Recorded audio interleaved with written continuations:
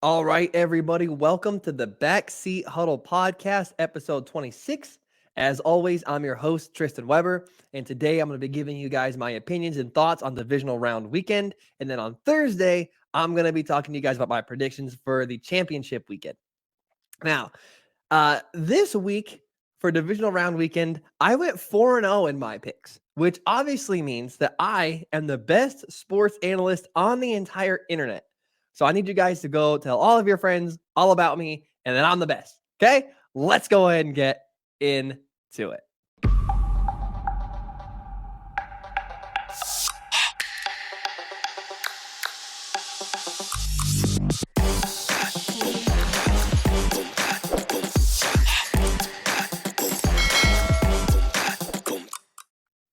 All right.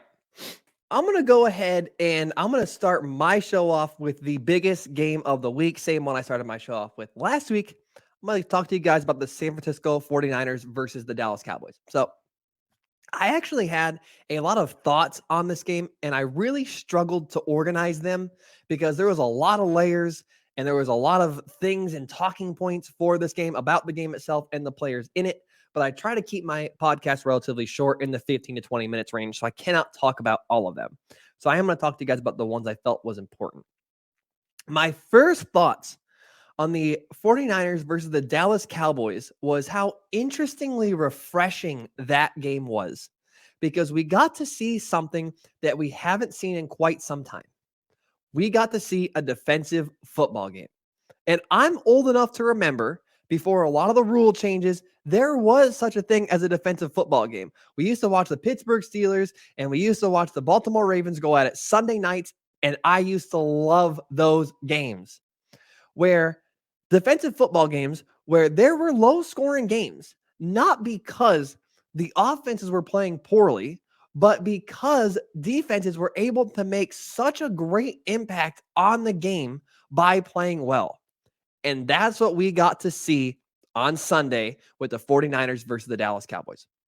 Sunday, we got to watch two of the best defenses in the NFL.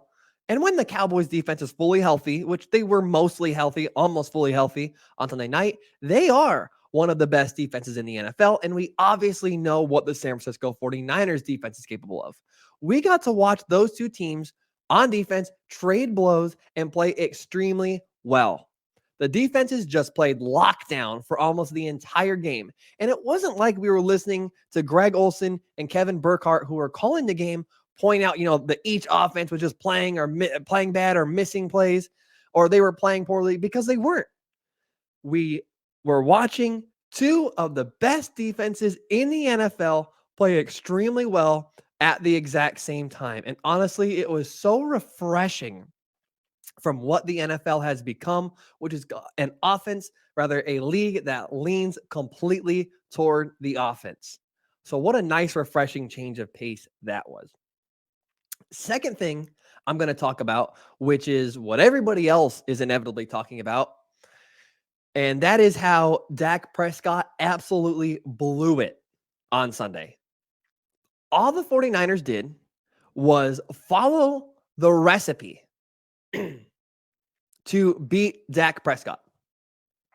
All the 49ers did was follow the recipe to beat Dak Prescott. Thanks to Nick Wright for this. And I keep bringing him up on this show because honestly, he has good insights on Twitter, and I like this stat. There was one game all year where Dak Prescott threw the ball 25 plus times and did not throw a pick. And that was last week against the Tampa Bay Buccaneers.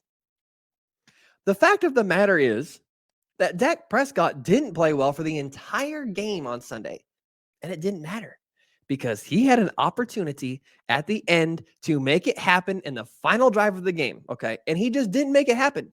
And there was an opportunity for him to make a game-tying drive with 3 minutes left, and he didn't do it. I'm not even going to include the true final drive where they only had 50 seconds and 0 timeouts, and he should have gotten sacked for a safety.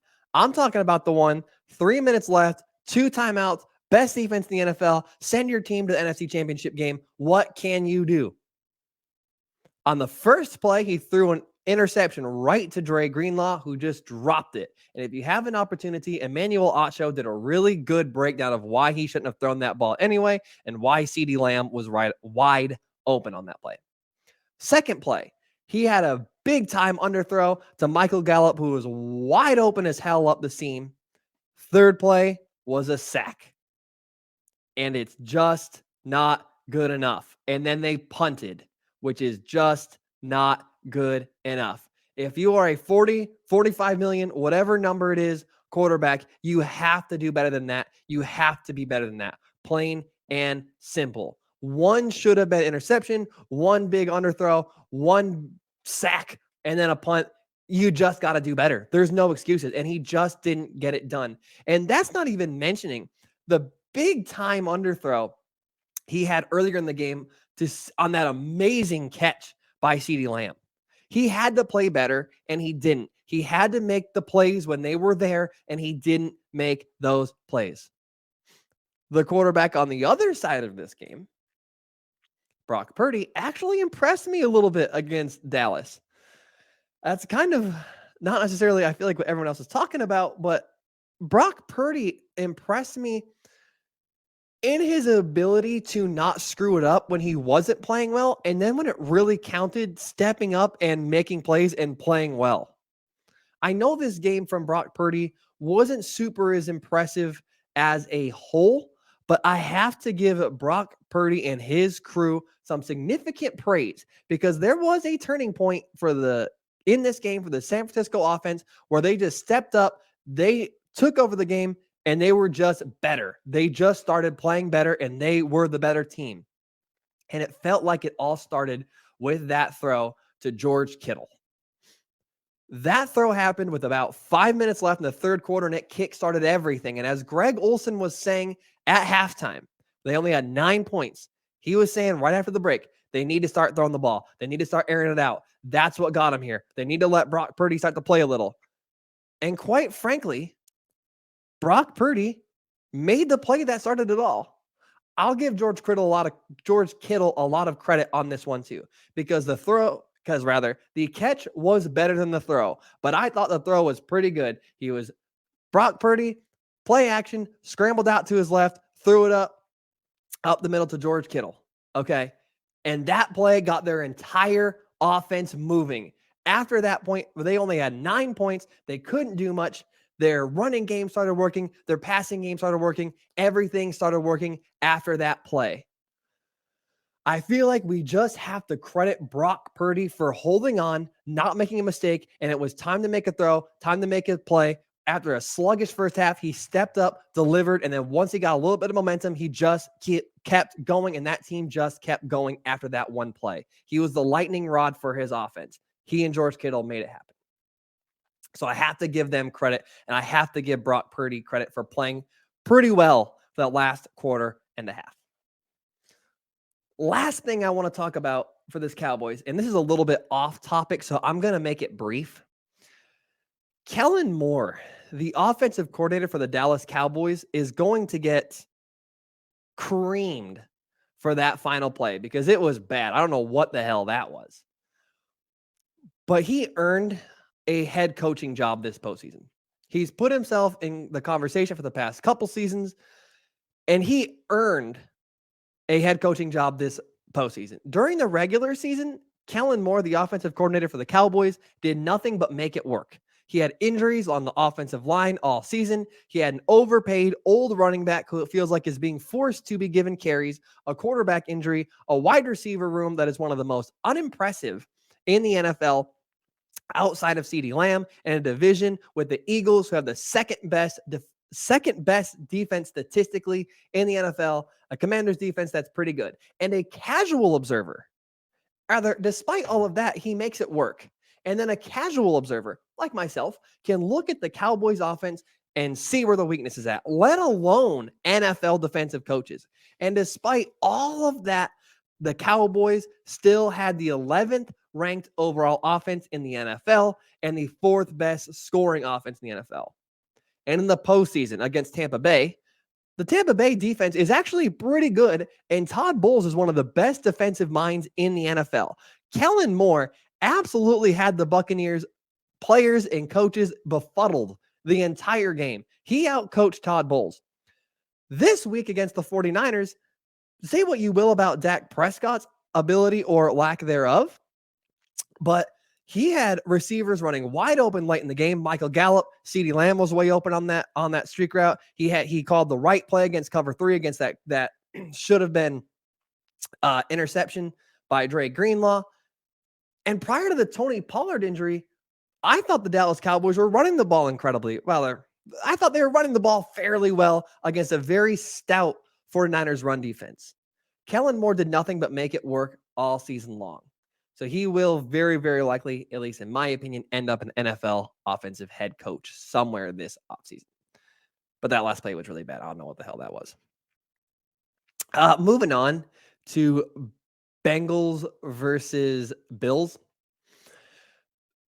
This game felt like it was significantly more about what the Bills do not have rather than what the Bengals do have. When I was watching the game, I felt significantly more like the Bills lost that game by 17 points more than the Bengals are actually 17 points better than the Bills at home. Like, what do you really make of the Buffalo Bills right now? They lost 3 games this season by a combined 8 points, and then they lose by 17 at home. It's almost beyond belief to me, and it really feels like a coaching issue. It feels like they got outcoached versus Mike McDaniel and the Dolphins. The fact that the game versus the Dolphins was a 3-point game with a rookie third-string quarterback, and given now that we have the benefit of hindsight, that should have set off some significant warning signs. The Dolphins put up 30 points with a rookie third-string quarterback. And I said last week, I didn't like what I saw out of those Buffalo Bills. They should be worried going to this game against the Bengals. And then they walked into this game against a real elite quarterback, and look what happened. They looked extremely flat. They looked like the far worst team, and they got out-coached. This tweet from Cynthia Freeland basically says it all to me. Joe Burrow, for the first half, was 16 of 20 for 173 yards and 2 touchdowns against the Bills' zone coverage. He was 2 of 7 for 14 yards against man. If you're an NFL defensive coach, you have to notice those things. That's a huge difference. Even Tony Romo in the booth kept saying, you can't play zone in these conditions, Jim. The footing just won't let you change direction. And the Bills kept running a bunch of zone. And offensively, the Bills just weren't good. And it fell onto the shoulders, almost unfairly, in my opinion, onto the shoulders of Josh Allen, because they don't have anything else but Josh Allen. Sure, you know what? Let's call it how it is. Josh Allen played a bad game. Players, good players, great players, all-time great players have bad games. But you have to have a second punch, and the Buffalo Bills don't. If Josh Allen and Stefon Diggs don't go, the offense doesn't go. And there's people who are going to say, what about Gabe Davis? Well, what about Gabe Davis? Gabe Davis had just 54 catches on 102 targets this season. That's a 52% catch rate, and that's not good enough for your number 2 wide receiver. Thank you for Howard WGR on Twitter for that. And the Buffalo Bills offensive line isn't great. They don't have a running game outside of Josh Allen's scrambles and designed runs. And that's been the criticism of them and their offense all season long. It's all Josh Allen all the time. I notice it. You, the listener, notices it. So why can't NFL head coaches who are supposed to be the best minds in the entire sport figure out a way to fix it? Which you can point to Josh Allen as the Buffalo Bills' best player and expect him to play well. That's fair. But give the guy something to work with if he doesn't. Brock Purdy for San Francisco didn't play well for the entire first half and for the first 10 minutes of the second half.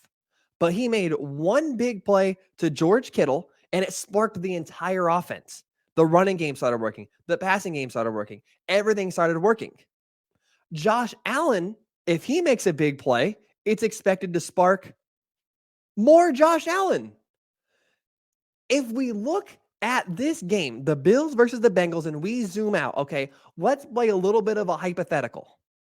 Let's just propose that in this game, Joe Burrow had also not played well. Let's just say Josh Allen and Joe Burrow played the exact same game. Both didn't play great. The Bengals still would have won this game. You want to know why? Because the Bengals also have a rushing attack. They have something outside of Joe Burrow. The Bengals piled up 172 yards on the ground during this game. And it wasn't just like they were up late and they were running the ball. No, look at the very first drive of this game. They were running the ball extremely well from the very first drive. The Bills have Josh Allen and nothing else. And it's honestly, it's not fair to him. We saw the exact same thing 2 weeks ago, Tom Brady versus the Dallas Cowboys.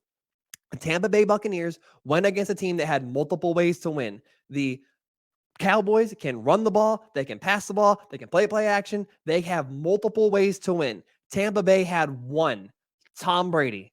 And look what happened. It is the exact same story just 2 weeks later. It's too much pressure on one player to be your entire offense. The Bengals, like I said, outcoached the Bills. I mean, if you want to see it in a microcosm, look at this play by the Bengals. Sorry for my audio listeners. They fake a hitch to Jamar Chase. Joe Burrow pump fakes it, and they throw it to a basically wide open Hayden Hurst in the corner of the end zone. That was the game in a nutshell. The Bengals just did every single thing better than the Bills. The Bengals just played significantly better. What really shocked me this game wasn't how the Bengals abused the Bills through the air, because if you listen closely, Tony Romo dropped a little bit of a gem on air where he said something to the tune of, since Von Miller went out of the starting lineup, the Bills ranked 27th, if I remember correctly, in pressures. So even the Bengals' depleted offensive line could be expected to hold up to that. But it was amazing to me how the Bengals ran the ball. Generally, when a team has a passing offense and passing attack that is as deadly as the Bengals is, you want or hope that your rushing game is good enough to provide a presence and be good enough to at least be a serviceable part of the offense and be something that needs to be respected. The Bengals rushing defense is not respectable. It's not serviceable. It's not just a part of their offense. It's really, really good. It is extremely good. Piling up 172 yards against the Bills that in the regular season had the fourth best rushing defense in the NFL is really, really impressive. The Bengals passing game, as we know, is one of the most, it's one of the best in the NFL, and they just flexed that their rushing offense can provide a second dimension as well. So right now, the Bengals offense looks to be the most balanced and dynamic in the entire league. And the Bengals defense is playing amazing as well. The fact is they had the fifth best rushing offense in the NFL, fifth best rushing defense in the NFL, and they allowed the worst passer rating during the regular season. Right now, as a whole, this Cincinnati Bengals team is the best in the NFL. They look to be the cream of the crop. And if they can continue to run the football the way they did against the Bills, this Bengals team is winning the Super Bowl, bar none. There's no one standing in their way. The Bengals just did every single thing right this game, and there's really not much else to say.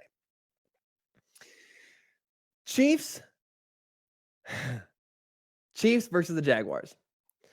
Now, I didn't watch a ton of this game because I had to work and it was extremely busy during the time frame that this game was going on. But I got the opportunity to watch a little bit of it, and it was basically what I expected that it would be. It was closer than I expected it to be, but the Kansas City Chiefs led by 10 points on 3 separate occasions during this game. Each time the Jaguars started to get close, the Chiefs just kept slamming the door on them. If you look at the win probability metric that ESPN and Next Gen Stats likes to throw around, the Jags never really had an opportunity to win this game. The worst win probability that the Chiefs had was 69%, which is nice. But it just went to show the disparity between the two teams. So basically, that means the best chance the Jaguars had to win this game was 31%. Look, the biggest takeaway from the Jaguars versus Chiefs game doesn't really even have anything to do with the game itself. It is Patrick Mahomes' health and what's going on with his high ankle sprain. However, there was one concerning takeaway from this game, but obviously besides the Mahomes thing, if you're a Chiefs fan, and that is that the Chiefs' rushing defense did not look great. The Jacksonville Jaguars had 4 players average more than 6.2 yards per carry, and they're now going against a Bengals team that is coming off of a very dominant rushing display and rushing performance against the Bills. That's got to be a worry. Lastly, Eagles versus Giants. I didn't watch this game.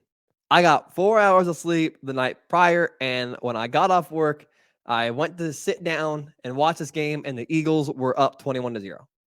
And I knew that Daniel Jones and company weren't coming back from that, so I just didn't watch the game. Move on to next week. Congratulations, Eagles. You played great. Cool. So that's my show. Thank you guys for listening. Feel free once again to like and subscribe. Take care, everybody.